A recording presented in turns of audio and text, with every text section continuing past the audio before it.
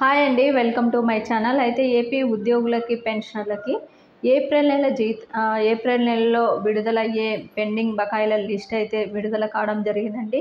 ఒక్కసారి ఆ వివరాలన్నీ కూడా వీడియోలో అయితే డీటెయిల్గా అయితే తెలుసుకుందాం. మీరైతే వీడియోని ఎక్కడ కూడా స్కిప్ చేయకుండా ఎండ్ వరకు అయితే చూసేయండి. వీడియో కనుక నచ్చినట్లయితే తప్పకుండా లైక్ చేయండి, షేర్ చేయండి.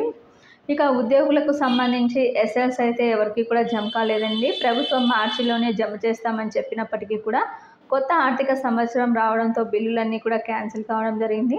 ఆ బిల్లులన్నీ కూడా అప్లోడ్ అయితే అవుతున్నాయండి. అవన్నీ కూడా ఈ ఏప్రిల్ నెలలో అయితే నెలాఖరుకల్లా విడుదల అవుతాయన్నది సమాచారం.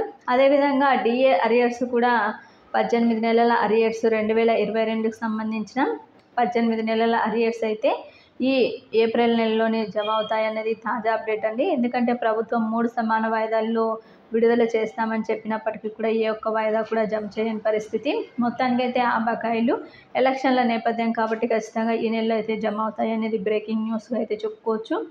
మొత్తానికైతే ఆ 18 నెలల అరియర్స్ ఈ నెలలోనే జమ అవుతాయి అన్నది తాజా అప్డేట్ అండి. అదేవిధంగా మొత్తానికి ఈ నెల జీతాలు పెన్షన్లు కూడా భారీగా పెరిగే అవకాశం అయితే ఉంది. కాబట్టి డిఏ అయితే పెంచిన డిఏ జీవో నెంబర్ 28 ఇవ్వడం అయితే జరిగింది. ప్రభుత్వం విడుదల చేసింది.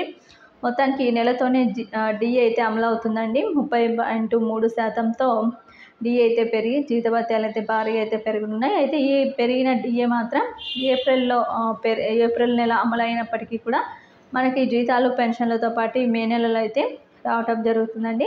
ఈ నెలలో కంపల్సరీగా డిఏ అరియర్స్, ఎస్ఎల్స్ ఇవైతే జమ అవుతాయండి.